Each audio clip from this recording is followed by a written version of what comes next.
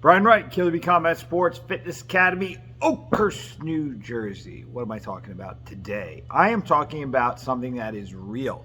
It is called fake discipline. How do you fake discipline? So here's the thing. I had somebody told me one time, and it's such a true statement. You walk into an MMA gym and you see a big collection of people that are pushing 30, early 30s, that are pretending to be fighters because they just don't want 9 to 5s. That's the fake discipline.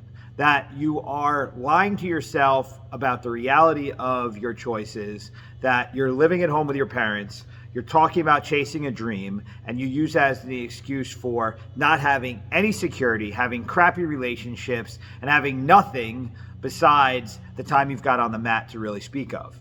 Now, it sounds pretty brutal that I'm saying this, because there's a lot of you that are late 20s, early 30s that are chasing the dream. There are some of you that actually have the skills to chase the dream, that have real potential to go somewhere. They're on the cusp of getting the big contract and making all the struggles to this point worthwhile.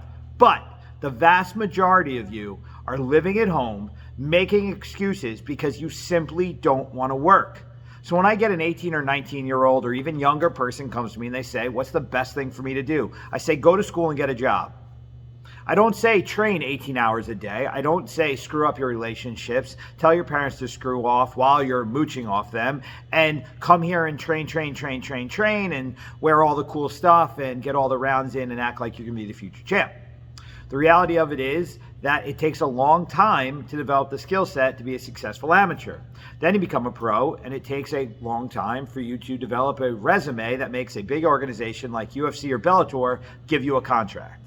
So, if you think in a year or two, you're going to come in, you're going to start at zero, get in shape, learn the skills, burn through an amateur career, and then do some magical thing as a regional pro that's going to make Dana White call you on your cell phone, you're nuts. Now, the other side of it is, if you're 30-something years old, your record is barely 500, or you haven't gone pro yet, and you're thinking Dana's going to call you at some point, you're nuts. It takes a long streak of wins with a lot of finishes to get somebody to call you. That's how this works. So if your record, if you have 5 wins and 5 losses, nobody's calling you. If you win like 5 or 6 in a row, all first round knockouts, and you're putting together a nice package that looks good on paper, also looks good on video, and you've got a following, we have a conversation there. But stop lying to yourself if you're not really going anywhere. Be honest. Realize you don't have the real discipline to be a successful human. You're using showing up in the gym consistently as an excuse to say you're disciplined and then screwing up the rest of your life.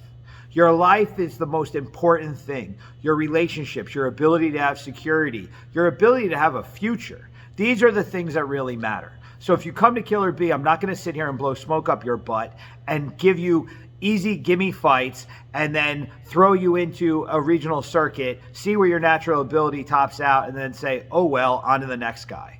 I'm going to be real with you. I'm going to say, get a job, go to school, put the time in. Let's get you real fights that develop you as an amateur. And then when you go pro, we've really got to see do you have it or not. And then we're going to test you. We're going to put you in the right shows, put you in front of the right people. And then eventually you're either going to make it or you're not going to make it. But we're going to do everything we can to do it for real instead of doing this fake discipline, phony hype game, and basically ruin your life over a pipe dream that nobody has the balls to tell you is just a pipe dream. So if you really have it, we will find out. If you don't have it, you need to be honest to you. And you need to be strong enough as a human being to be able to understand that whatever happens back there is not life. That is part of your life. Your life is your relationships. It's what you know, it's what you see, it's what you do, it's your ability to be a part of society successfully. Not, do I have the ability to knock people out for money? It's really that simple. So this is the hard reality check.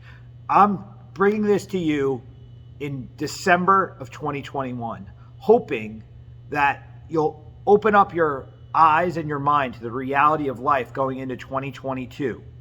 And if you're really one of those less than 1% that has a chance of making it, We're going to keep driving forward and we'll make it.